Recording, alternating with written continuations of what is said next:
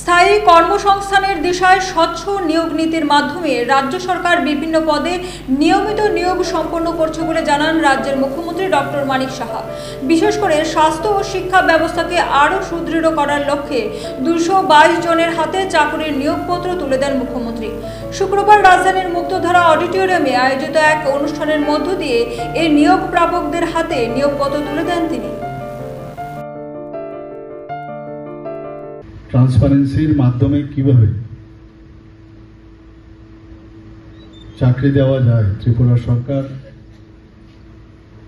একটা দৃষ্টান্ত বিগত কয়েক বছর ধরে রেখেছে এখানে।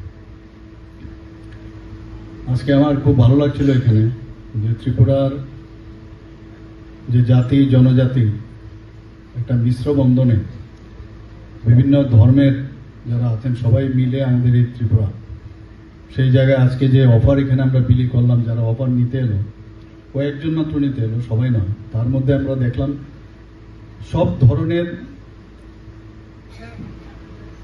বিলং করে বিভিন্ন জাতি জনজাতি গোষ্ঠীর সবাই কিন্তু এখানে বিভিন্ন ধর্মে বিশ্বাসী, তাদের অফার লেখা নিতে। এটাই হচ্ছে আমরা যে ইউনিটি ডাইভার্সিটি, আজকে কিন্তু আমরা সেটা দেখতে পাচ্ছি।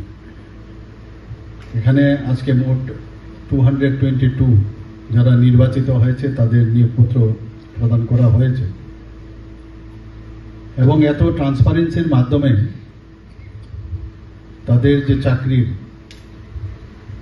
যে বন্দোবস্ত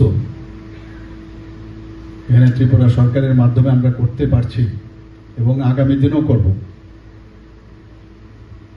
এবং তাদের যে কঠোর পরিশ্রম, সেই কঠোর পরিশ্রমের জন্যই এই সফলতা এসছে।